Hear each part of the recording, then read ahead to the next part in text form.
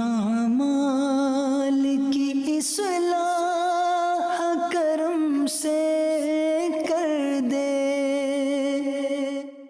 الحمدللہ رب العالمین والصلاة والسلام على سید المرسلین اما بعد فاعوذ باللہ من الشیطان الرجیم بسم اللہ الرحمن الرحیم۔ پڑھیے الصلاة والسلام علیک یا رسول اللہ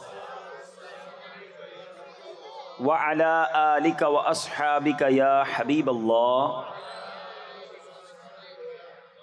الصلاة والسلام علیک یا نبی اللہ وعلی آلک واصحابک یا نور اللہ۔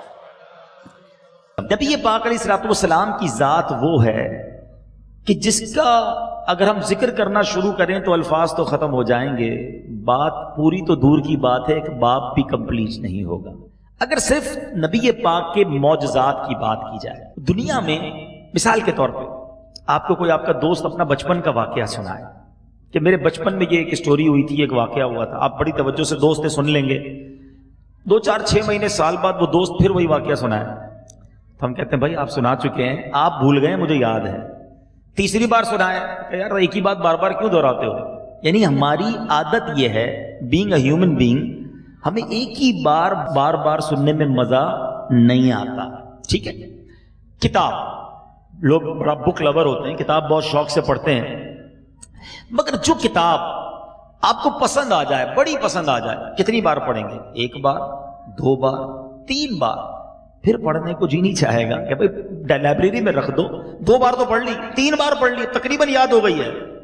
ٹھیک ہے جناب، تیسری بات جو ہماری جو فطرت میں ہے، اگر ہم کہیں گھومنے جاتے ہیں، وزٹ کرنے جاتے ہیں، مری چلے گئے، 1 بار، 2 بار، 3 بار، اب گھر والے کہتے ہیں بس 3 بار ہوا، کہیں اور چلتے ہیں، ناران کاغان چلے جائیں گے، پھر کہیں اور، اب ذرا باہر چلتے ہیں، دبئی 2 3 بار دیکھ لیا، کسی اور کنٹری چلتے ہیں۔ انسان کی فطرت ہے کسی جگہ کو بار بار دیکھنے کو جی نہیں چاہتا، کسی بک کو بار بار پڑھنے کو جی نہیں چاہتا، کوئی واقعہ بار بار سننے کو جی نہیں چاہتا۔ ایسا ہی یہ ہے دنیا کی باتیں۔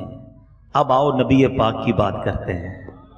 جب سے ہوش سنبھالا ہے سورج کے پلٹنے کا واقعہ سن رہا ہوں، جب سے آنکھ کھلی ہے چاند کے 2 ٹکڑے ہونے کی بات سن رہا ہوں، جب سے عقل آئی ہے ابو ہریرہ کے اس پیالے کا ذکر سن رہا ہوں، جب سے جناب عقل آئی ہے کچھ علماء کی صحبت میں بیٹھنا شروع کیا ہے، میں نبی پاک کے بارے میں سنتا ہوں کہ ابو قتادہ کی آنکھ واپس لگائی تھی، کبھی یہ سنتا ہوں کہ جناب آقا لعاب دہن سے خاری کنویں میٹھے کیا کرتے ہیں، کبھی یہ سنتا ہوں کہ آقا منبر پر بیٹھ کر اشارہ کرتے ہیں تو بارش برسنا شروع ہو جاتی ہے، نبی پاک دعا کرتے ہیں تو بارش رک جاتی ہے۔ کبھی دل نے یہ نہ کہا کتنی بار سنو گے، کتنی بار سناؤ گے، ارے محبوب کی بات جب کی ہے ایمان تازہ ہوا ہے، جب سنی ہے عشق میں اضافہ ہوا ہے۔ اب آؤ کتاب کی بات، موسٹ سیلنگ بک اٹھا لو دنیا کی، 1 بار، 2 بار، 3 بار پڑھ لو گے۔ دیکھو میرے حبیب پر جو قرآن نازل ہوا ہے، بچپن سے پڑھتے آ رہے ہیں، بچپن سے سنتے آ رہے ہیں، جب پڑھتے ہیں نیا لطف دیتا ہے، جب پڑھتے ہیں نیا سرور دیتا ہے۔ ارے قرآن کی شان تو دیکھو، ہم اردو بولنے والے، میمنی بولنے والے، پنجابی بولنے والے، ہمیں عربی نہیں آتی، مگر جب کوئی صحیح قاری مل جائے، اچھا امام مل جائے، وہ نماز پڑھاتا ہے، آنکھوں سے آنسو نکلنا شروع ہو جاتے ہیں۔ ارے جناب، جس بچے کی زبان مادری عربی نہیں ہے، 5-6 سال کا بچہ جو اپنی زبان توتلی بولتا ہے مگر پورا قرآن اپنے سینے میں محفوظ کر لیتا ہے، یہ دنیا کی کتاب نہیں ہے، یہ رب کی کتاب ہے جو اللہ کے حبیب کے دل پر، نبی پاک کے قلب پر نازل ہوئی ہے۔ اب چلو دنیا میں کوئی مقام 1 بار، 2 بار، 3 بار دیکھنے کے بعد بندہ کہتا ہے نیکسٹ، کہیں اور چلو، بورنگ ہو گیا، ڈسکور کر لیا، دیکھ لیا میں نے۔ اب آؤ چلتے ہیں مکے کی طرف، چلتے ہیں مدینے کی طرف۔ ارے یہ کیسی بستیاں ہیں، یہ کیسے شہر ہیں، 1000 بار دیکھ لو پیاس گھٹتی نہیں ہے، پیاس بڑھتی چلی جاتی ہے۔ جتنی بار مدینے جاؤ ایک اور لطف، ایک اور سرور، ایک اور مزہ ملتا ہے۔ کیا خوب بات لکھتے ہیں شاعر، شربت دید نے ایک آگ لگائی دل میں، شربت دید نے ایک آگ لگائی دل میں، تپش دل کو بڑھایا ہے بجھانے نہ دیا۔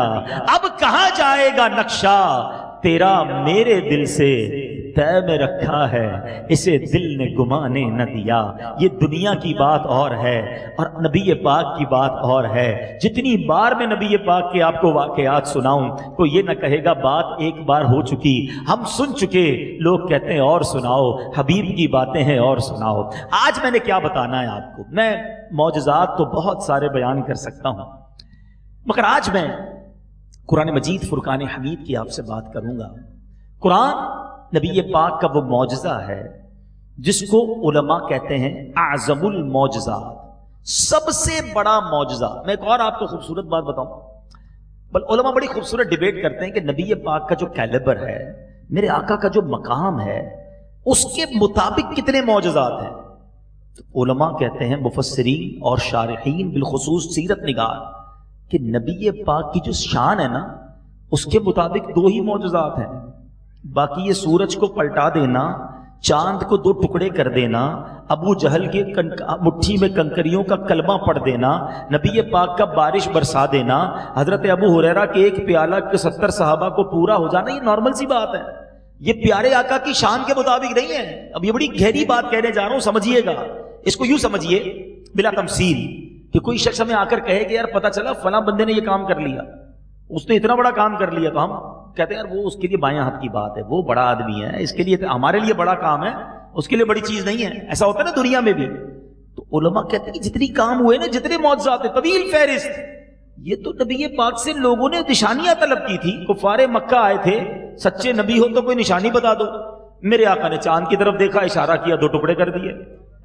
کسی نے کہا اللہ کے نبی ہو تو یہ درخت جو ہے یہ اگر آپ کا نام لے لے, کلمہ پڑھ لے تو میں مان جاؤں گا. نبی پاک نے اشارہ کہا, بلکہ فرمایا جاؤ اس سے کہو تمہیں محمد عربی بلا رہے ہیں. خود نہ کہا, اس کو کہا تم جا کر کہہ دو. وہ غیر مسلم جا کر اس درخت کو کہتا ہے تمہیں اللہ کے رسول بلا رہے ہیں. درخت زمین چیرتا ہوا حاضر ہو جاتا ہے, نبی پاک کی رسالت کی گواہی دیتا ہے. آقا فرماتے ہیں واپس جاؤ, جا کر اس جگہ پر کھڑے ہو جاؤ. درخت واپس جا کر لگ جاتا ہے. یہ آسکنگ تھی, یہ ڈیمانڈ تھی. نبی پاک معجزہ دکھاتے گئے. ابو قتادہ آنکھ لے کر آ گئے, حضور آنکھ باہر آ گئی ہے. نبی پاک نے لعاب دہن لگا کر واپس لگایا. حضرت ابو قتادہ کہتے ہیں پہلی آنکھ سے زیادہ یہ آنکھ روشن ہو گئی ہے. It's normal. وہ 2 معجزات کون سے ہیں جو نبی پاک کے کیلیبر, پیارے آقا کے مقام کے مطابق ہیں؟ اللہ اکبر. علماء کہتے ہیں وہ 2 ہیں. ایک ہے معراج کی رات جو رب نے اپنا دیدار کروایا, وہ اپنے حبیب کے سوا کائنات میں کسی کو یہ موقع نہ دیا. ایک ہی ہستی ہے جنہوں نے رب کو اپنے سر کی آنکھوں سے دیکھا ہے. وہ خدا نے ہے مرتبہ تجھ کو دیا, نہ کسی کو ملے نہ کسی کو ملا. ایسا مقام اللہ نے عطا فرمایا.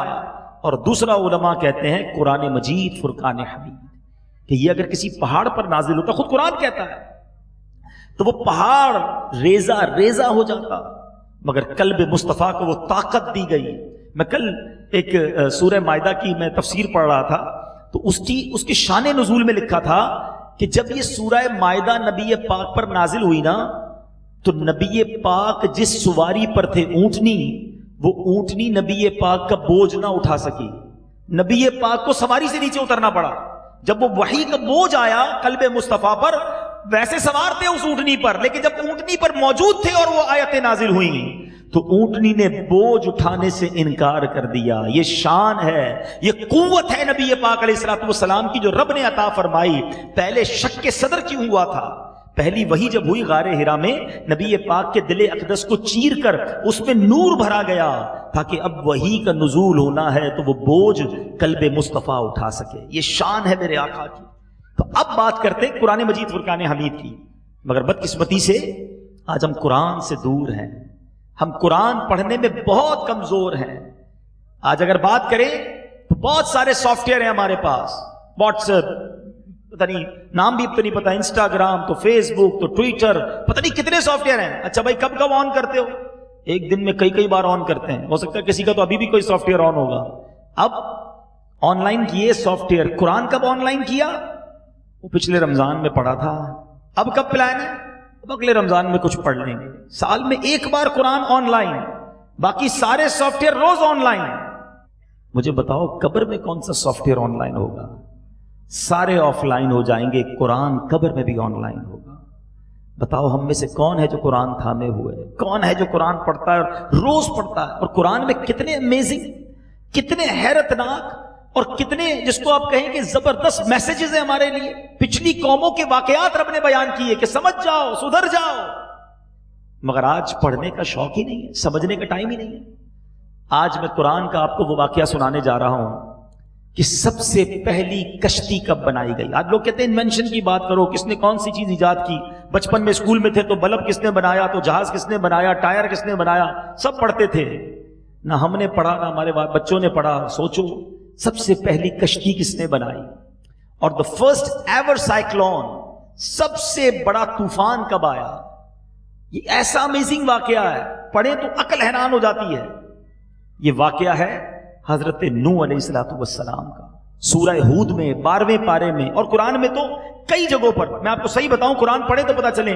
سورہ آراف، سورہ یونس، سورہ ہود، سورہ انبیاء، سورہ مومنون، سورہ شعراء، سورہ عنکبوت، سورہ صافات، سورہ قمر اور سورہ نوح، ان سب میں حضرت نوح علیہ السلام کے واقعے کی کچھ نہ کچھ تفصیل موجود ہے. اتنی جگہوں پر رب نے قرآن میں یہ بیان کیا. حضرت نوح علیہ السلام کا نام کیا تھا؟ یہ آپ کا نام نہیں ہے. دیکھیں، نوح یہ آپ کا لقب ہے. آپ کا نام یا تو یشکر تھا یا عبد الغفار تھا. نوح یہ بنا نوحے سے. آپ بہت روتے تھے اللہ کی بارگاہ میں، بڑی گریہ وزاری کرتے تھے. اس آپ کی گریہ وزاری، آنسو بہانے کی وجہ سے آپ کا نام نوح پڑ گیا.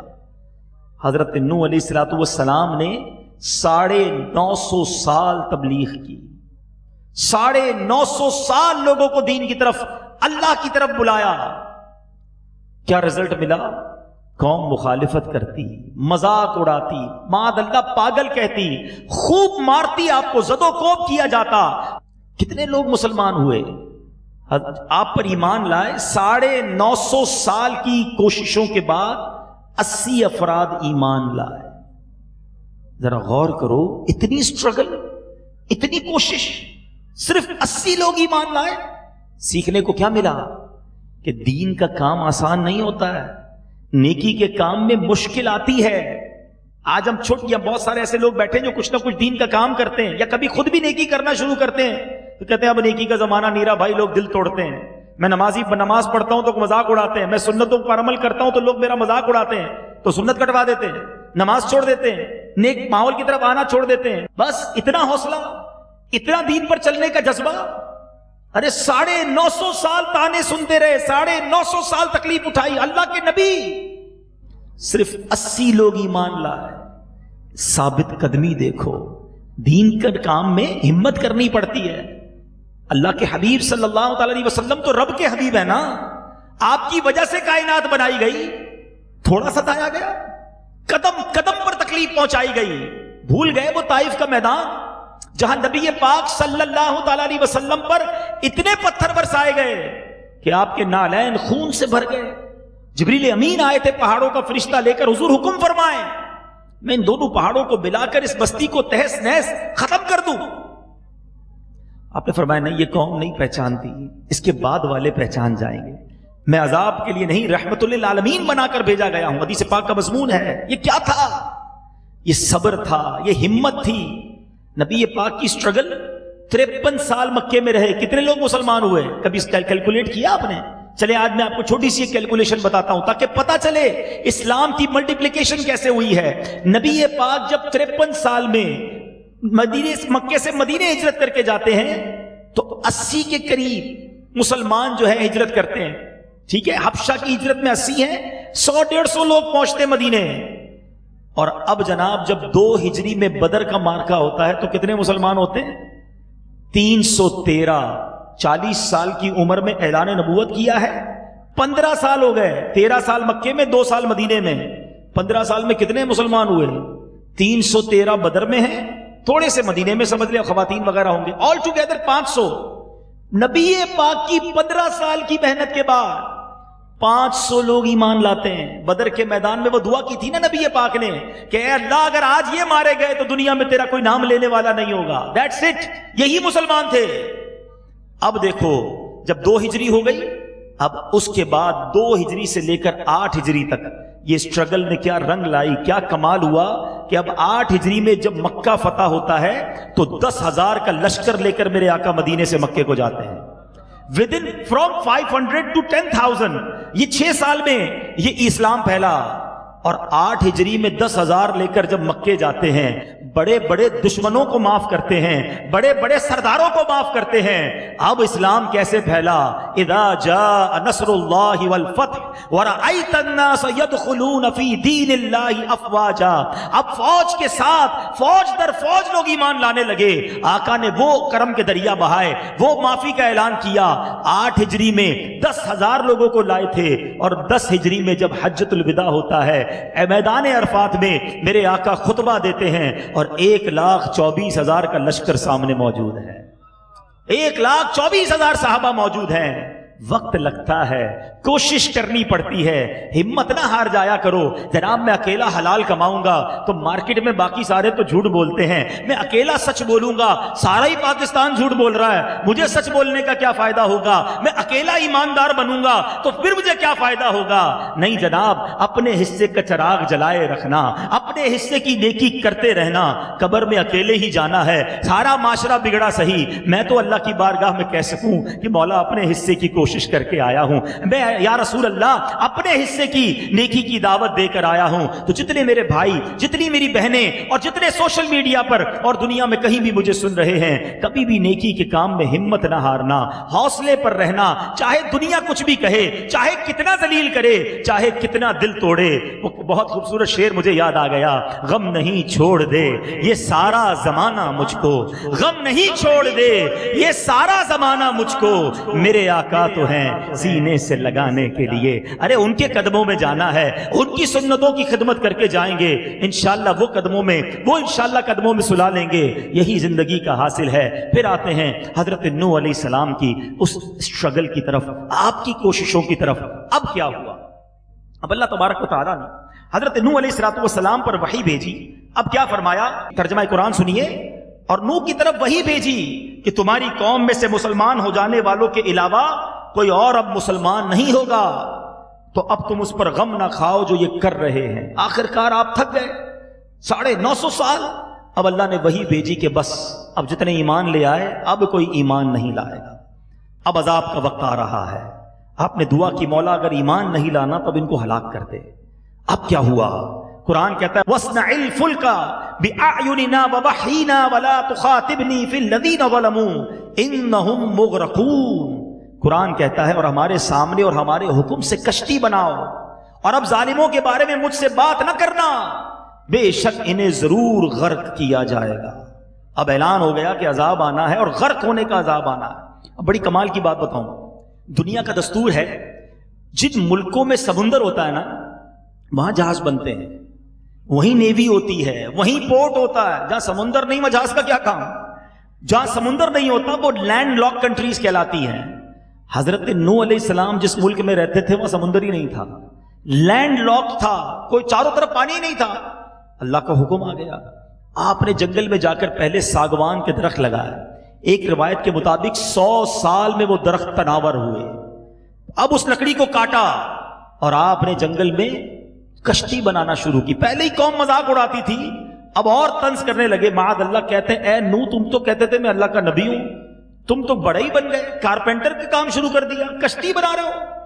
کیا جنگل میں کشتی چلاؤ گے؟ یہاں تو پانی ہی نہیں ہے. اللہ اکبر، یہ کتنا بڑا چیلنج تھا کہ اس ملک میں کشتی بنائی جا رہی ہے، اور ون آف دا بگیسٹ، دنیا کی پہلی کشتی.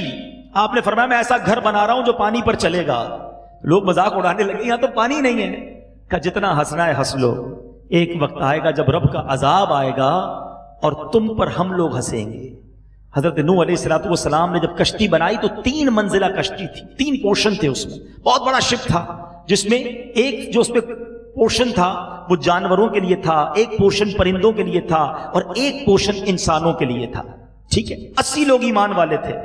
اب نشانی طوفان آئے گا کدھر سے؟ سوال یہ تھا کہ پانی ہی نہیں ہے، سمندر ہی نہیں ہے، یہ فلڈ کدھر سے آنا تھا؟ اللہ نے نشانی بتائی، اور یہ بھی قرآن میں فرمایا تنور ہے جو جس میں روٹی بنائی جاتی ہے نا، اس میں سے جب پانی ابلنے لگے تو سمجھ جانا کہ طوفان آنے والا ہے اور کشتی میں بیٹھ جانا. ایک دن صبح ہوئی، آپ نے دیکھا آپ کے تنور کے اندر سے پانی ابل رہا ہے. آپ نے فوراً اناؤنس کیا اور کشتی میں لوگوں کو سوار کرنا شروع کیا. ایمان والے 80 سوار ہو گئے. آپ نے ہر جانور کا ایک جوڑا نر اور مادہ اس کو بھی سوار کیا، کیونکہ نسل انسانی کو باقی رکھنا تھا، دنیا بھی تو باقی رکھنی تھی نا۔ پرندوں کا بھی ایک ایک جوڑا، ہر نسل کے پرندے کا ایک ایک جوڑا بھی سوار کیا، حشرات الارض بھی سوار کیے، چھوٹے چھوٹے کیڑے مکوڑے۔ اچھا اب کمال دیکھیں، سانپ اور بچھو بھی آیا، اور سانپ اور بچھو نے آ کر کہا کہ حضور ہمیں بھی جانے دیں، آپ نے روک دیا، کہا کہ تم اندر داخل ہوگے اور ہمیں نقصان پہنچاؤ گے۔ تو انہوں نے کہا حضور آپ ہمیں سوار کر لے، ہم وعدہ کرتے ہیں جو شخص سلام علی نوح فی العالمین پڑھ لے گا ہم کبھی اسے تکلیف نہیں پہنچائیں گے۔ چلو یہ وظیفہ بھی آج یاد کر لو، کبھی جنگل میں جانا ہو، کبھی رات کسی ایسے سفر پہ جانا ہو تو سلام علی نوح فی العالمین یہ پڑھیں گے، انشاءاللہ کبھی سانپ اور بچھو کا ڈنک نہیں لگے گا۔ اچھا اب یہ کشتی میں سوار ہو گئے، طوفان کیسے آیا؟ The big question is، اور کتنا بڑا طوفان تھا؟ The biggest flood on the earth۔ آج تک کائنات میں اتنا بڑا طوفان نہیں آیا، بڑے بڑے سائیکلون، سونامی، پتہ نہیں کیا کیا نام دیے جاتے ہیں آج کل۔ وہ کیسا طوفان تھا کہ اس میں اب بارش شروع ہوتی ہے۔ مفسرین لکھتے 40 دن تک نان اسٹاپ موسلا دھار بارش، بالکل زبردست بارش، اتنی بارش ہوئی کہ زمین پھٹی اور زمین نے بھی اپنے چشمے ابلنا شروع کیے، اوپر سے بھی پانی نیچے سے بھی پانی، اور اتنا پانی آیا کہ 40 گز بلند پہاڑ بھی ڈوب گئے۔ کائنات میں صرف پانی تھا، ہر شخص ڈوب گیا۔ یہ 80 لوگ اور یہ جانور اس کشتی میں موجود تھے۔ آپ کی ایک بیوی وائلہ جو کافرہ تھی وہ بھی سوار نہ ہوئی۔ حضرت نوح علیہ السلام کا ایک بیٹا کنعان تھا، ایمان والا بنتا تھا، دل سے منافق تھا۔ حضرت نوح نے کہا بیٹا آ جاؤ، کہتا ہے بابا جان میں کسی پہاڑ پہ چڑھ کے پناہ لے لوں گا۔ فرمایا آج جو طوفان آنا ہے کوئی نہیں بچے گا، آ جاؤ۔ مگر چونکہ اس کے دل میں ایمان نہ تھا وہ نہ بیٹھا اور طوفان میں وہ بھی غرق ہو گیا۔ اے میرے پیچھے اسلامی بھائیوں، اب کیا ہوا؟ اب حضرت نوح علیہ السلام کو آدم ثانی کہا جاتا ہے۔ اس کی وجہ یہ ہے کہ آپ ہی کی نسل سے باقی دنیا چلی ہے۔ اب جتنے بھی ہم لوگ ہیں، حضرت آدم کے بعد حضرت نوح کے خاندان کے وہ 80 لوگ تھے جن سے پوری دنیا کا نظام چلا۔ سبحان اللہ، بڑی خوبصورت بات علماء لکھتے ہیں، حضرت نوح جو ہے وہ چوتھے نبی ہیں، اس کے بعد جتنے انبیاء ہیں سب حضرت نوح کی اولاد سے ہیں۔ اب کیا ہوا؟ اب یہ جب 6 مہینے تک یہ کشتی چلتی رہی اور سبحان اللہ یہ کشتی کعبہ معظمہ پر بھی پہنچی۔ کائنات میں ایک ہی بے جان چیز ہے جس نے کعبے کا طواف کیا، وہ حضرت نوح علیہ السلام کی کشتی تھی۔ اس نے کعبے کا طواف بھی کیا، پانی پہ چلتے رہے۔ اب اللہ کے حکم سے یہ اعلان ہوا، رب کی طرف سے حکم ملا کہ اے زمین اپنے پانی کو پی لے۔ زمین نے پانی پینا شروع کیا، پانی اترنا شروع ہوا۔ یہ کشتی کوہ جودی پر جا کر ٹھہری، اور اب یہ سارے لوگ زمین پر جب آئے، 80 لوگ تھے کائنات میں۔ اس کے بعد جو بستی بسائی گئی اس بستی کا نام بھی سمانین ہے، 80 لوگوں کی بستی۔ اب حضرت نوح علیہ السلام کو کائنات کا معاملہ معلوم کرنا تھا کہ دنیا میں بچا کیا ہے، اب کدھر جانا ہے، کہاں کہاں پانی ہے، کہاں کہاں اتر گیا ہے۔ گوگل تو تھا نہیں کہ جناب سافٹ ویئر ڈالتے اور دیکھتے کدھر پانی ہے، کدھر روڈ باقی ہے، کدھر کیا باقی ہے۔ آپ نے اب پلان کیا کہ کوئی پرندہ جائے اور فلائی کر کے دنیا کی ذرا خبر لے کر آئے۔ پہلے مرغی نے کوشش کی کہ میں جا کر خبر دیتی ہوں، آپ نے اس پر مہر لگائی، فرمایا تجھ پر میری مہر ہے، پرندہ تو ہے مگر زیادہ لمبی اڑان نہ اڑ سکے گی، میری بعد والی نسل اس سے فائدہ اٹھائے گی۔ مرغی آج بھی لمبی اڑان نہیں اڑ سکتی۔ اس کے بعد کوے کو بھیجا گیا، کوا جاتا ہے اور کوے کو کام یہ دیا گیا تھا جا کے خبر لاؤ۔ اڑتے اڑتے ایک مردار پڑا ہوا دیکھا، کوے نے مردار پر اتر کر کھانا شروع کر دیا، کام بھول گیا۔ آپ نے اس کے لیے دعا کی، اس کی ہلاکت کی دعا کی کہ ہمیشہ خوف میں رہے گا۔ آج حل و حرم میں کہیں کوے کو پناہ نہیں ہے۔ اس کے بعد کبوتر نے ریکویسٹ کی حضور مجھے موقع دیجئے، کبوتر کو موقع دیا گیا۔ کبوتر اڑتے اڑتے یمن سے اور پورے ملک کا چکر لگا کر جناب حرم شریف کی سرزمین پر پہنچا۔ وہاں جا کر دیکھا پانی نہیں ہے تو زمین پر اترا، اس کے پیروں پر لال مٹی لگی، پیر سرخ ہو گئے۔ کبوتر نے آ کر بتایا کہ حضور حرم کی زمین جو ہے وہاں پر پانی بالکل اتر چکا ہے، اب آپ ایک مہربانی کیجئے، مجھے حرم ہی کی خدمت دے دیجئے، میرے پیروں میں لال خضاب عطا کر دیجئے، میری گردن میں ہاروں کا توق دے دیجئے۔ حضرت نوح نے دعا کی تھی، جو آج کبوتر کی گردن میں مجھے اور آپ کو ایک ہار نظر آتا ہے، لال پیر نظر آتے ہیں، مکے مدینے میں اڑتے نظر آتے ہیں، یہ ایسے ہی نہیں، یہ اللہ کے نبی کی فرما برداری تھی تو یہ پرندہ وہاں پہنچا۔ میرے میٹھے اسلامی بھائیوں، میں بہت غور سے دیکھ رہا ہوں، بچوں سے لے کر بڑے، ایوری بڈی ویری دلچسپی کے ساتھ، انٹرسٹ کے ساتھ آپ یہ واقعہ سن رہے ہیں۔ یہ واقعہ اب کیوں سن رہے ہیں؟ یہ تو اللہ کے قرآن میں موجود ہے، کلام پاک میں ایسے بہت سارے واقعات ہیں، صرف یہی تو افسوس ہے ہم دنیا بھر کے ناول، ڈائجسٹ، کہانیاں پڑھتے ہیں، قرآن کے واقعات نہیں پڑھتے۔ مزہ تو یہ آئے کہ روز میں اپنے بچوں کو بٹھا کر کہوں کہ چلو میرے بچوں، آج قرآن کی بات سناتا ہوں، قرآن کی کہانی اور قرآن کا قصہ سناتا ہوں، ثواب کا ثواب بھی ملے گا، سبق کا سبق بھی ملے گا۔ اب آتے میرے میٹھے اسلامی بھائیوں، یہ واقعہ میں نے بہت سپیڈ میں، ورنہ میں ایک ایک آیت آپ کو سناتا اور اس آیت کے تحت کیا احکام تھے وہ بتاتا، مگر میں نے آپ کو سورہ ہود کا نام بتایا ہے۔ ضرور گھر جا کر قرآن پاک کی تفسیر نکالیے، یہ بہت خوبصورت کتاب ہے، عجائب القرآن غرائب القرآن، یہ حاصل کر لیجئے۔ قرآن کے 100 سے زیادہ واقعات اس کتاب میں موجود ہیں۔ مفتی عبد المصطفیٰ اعظمی صاحب نے کمال کیا ہے، سارے قرآن کے واقعات ایک کتاب میں جمع کر دیے ہیں، پڑھتے جائیں، روز ایک واقعہ پڑھیں اور اس کے بعد سبق بھی لکھ دیا ہے کہ واقعے سے سیکھنے کو کیا ملا۔ اب آتے ہیں سبق کی طرف۔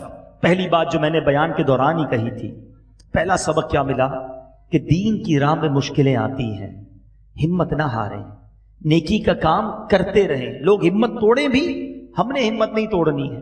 امیر اہل سنت کا وہ شعر یاد کر لیں، پیارے مبلغ معمولی سی مشکل پہ تو گھبراتا ہے، پیارے مبلغ معمولی سی مشکل پہ تو گھبراتا ہے، دیکھ حسین نے دین کی خاطر سارا گھر قربان کیا۔ امام حسین کا پنجتن کے غلام بھی کہلاتے ہیں، وہ پیاسے کا سرزمین کربلا پر شہید ہو گئے، اور ہمیں تھوڑا ہی کوئی زبان محبت سے نہ بات کریں، ہم چھوڑ دیتے ہیں کام، ہم نیکی کے کام سے پیچھے ہٹ جاتے ہیں، نہیں یار میں نہیں کروں گا یہ کام، میں کرتا ہوں لوگ بات ہی نہیں سنتے میری۔ ایسا نہ کریں۔ دوسری بات جو اس واقعے سے سیکھنے کو ملی کہ آپ کے قوم نے آپ کی بات نہ مانی، نافرمانی کی، اللہ کے نبی کی نافرمانی یہ عذاب لانے کا سبب بنتی ہے۔ آج ہم پر کوئی عذاب تو نہیں آ رہا، لیکن ذرا سوچیں ہم کتنی باتیں مانتے ہیں نبی پاک کی، ہم پیارے آقا کے کتنے فرامین پر عمل کرتے ہیں۔ غور کریں اگر نبی پاک نے کیا کیا فرمایا۔ نبی پاک نے ہمیں نیچی نظروں کی حیا کے بارے میں فرمایا نا کہ آنکھیں نیچی رہیں، حیا کے ساتھ رہیں، حرام نہ دیکھیں۔ آج کون ہے جس کی آنکھیں حرام نہیں دیکھتی؟ پیارے آقا نے حرام سننے سے منع فرمایا، بلکہ یہاں تک فرمایا، حدیث پاک کا مضمون ہے کہ میں مزامیر کو مٹانے کے لیے، مزامیر کہتے ہیں میوزیکل انسٹرومنٹس، میں موسیقی کے آلات کو مٹانے کے لیے آیا ہوں۔ آج جس کو دیکھو میوزک، گانے، کہتے دن ہی نہیں گزرتا، پتہ نہیں کدھر سے یہ جملہ آ گیا کہ موسیقی روح کی غذا ہے۔ ارے موسیقی جہنم میں لے جانے والا کام ہے۔ یہ کان اس لیے دیے تھے اللہ نے، اللہ رسول کی باتیں سنیں، تلاوت سنیں، نعت شریف سنیں، اس کان کو حرام سے نہ بھریں۔ اور سمجھو یہ کان اور آنکھ کتنے نازک ہیں۔ آپ سرما لگاتے ہیں، کئی لوگ تو لگا ہی نہیں سکتے، کہتے ڈر لگتا ہے بھائی، بچپن میں امی لگاتی تھی، ہم سے تو نہیں لگتا تھا۔ اور کیوں ڈر لگتا ہے کہ کہیں سلائی آنکھ میں زور سے نہ لگ جائے۔ ایئر بڈز کان صاف کرتے ہو نا، کتنا ڈرتے ہیں کہ یار زور سے نہ ڈالا جائے، بہت نازک ہے کان، اتنا نازک ہے کان، اتنی نازک ہے آنکھ، اور حرام دیکھ رہے ہیں، حرام سن رہے ہیں، سوچتے نہیں اگر جہنم کی کیل ٹھوکے گئے تو کدھر جائیں گے؟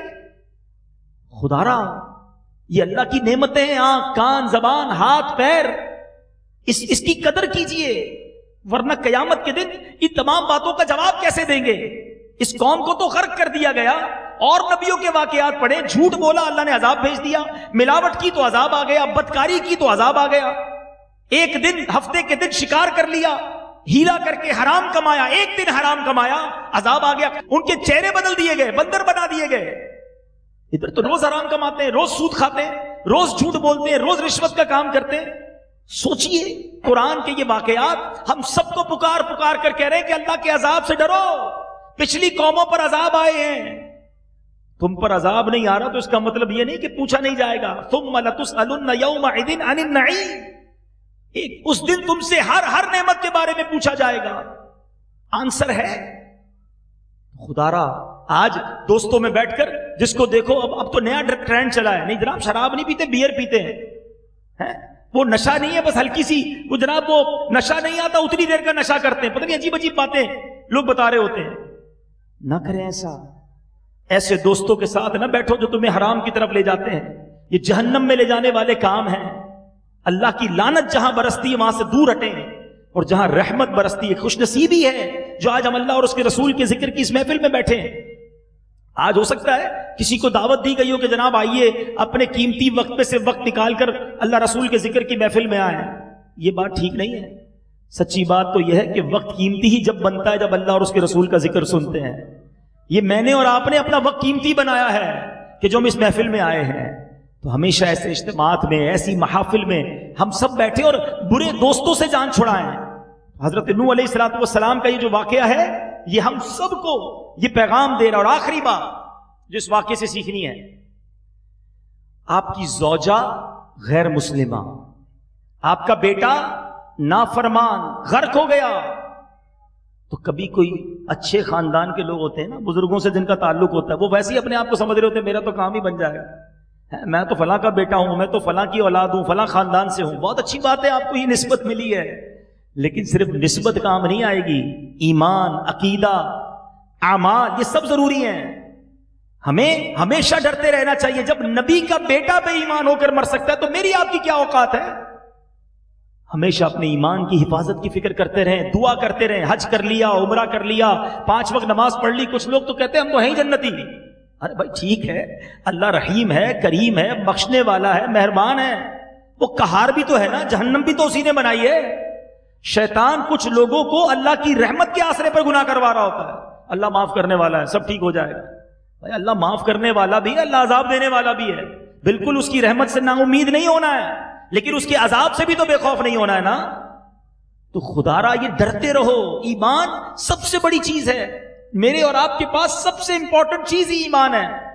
کتنی بار دعا کرتے ہیں ایمان کے لیے؟ بچوں کے لیے دعا کرتے ہیں، کاروبار کے لیے کرتے ہیں، صحت کے لیے کرتے ہیں، دکان کے لیے کرتے ہیں. ایمان کے لیے کب کرتے ہیں؟ اس کا مطلب وہ پریورٹی نہیں ہے نا. نبی پاک کی دعائیں دیکھو. آقا دعا فرماتے یا مقلب القلوب ثبت قلبی علی دینک، اے دلوں کو پھیرنے والے میرے دل کو اپنے دین پر ثابت قدمی عطا فرما. ہر چیز میں آخرت کی دعا ہے. نبی پاک کی دعائیں تو دیکھو. بچوں کے لیے دعا کرنی ہے، فیملی کے لیے دعا کرنی ہے، اللہ میرے بچوں کو میری آنکھوں کا نور بنا. کتنی پیاری دعا ہے، ربنا ھب لنا من ازواجنا وذریاتنا قرۃ اعین. یہاں تک تو دعا کر لی بچوں کے لیے، اللہ میرے بچوں سے، میری فیملی سے مجھے محبت دے، ان کو مجھ سے محبت دے، میری آنکھوں کا نور بنا. ساتھ کیا اٹیچ کر دیا، وجعلنا للمتقین اماما، اے اللہ مجھے متقیوں کا امام بنا دے.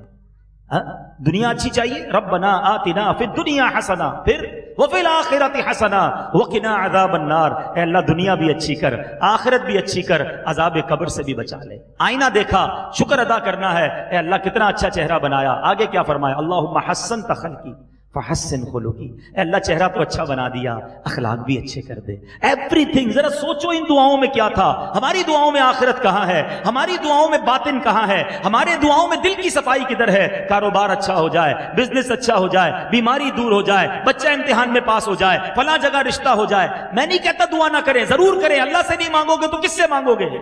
مگر آخرت کو کیوں بھول جاتے ہو، ایمان کو کیوں بھول جاتے ہو، کردار کو کیوں بھول جاتے ہو؟ ایوری دعا، نبی پاک کی دعائیں تو پڑھو.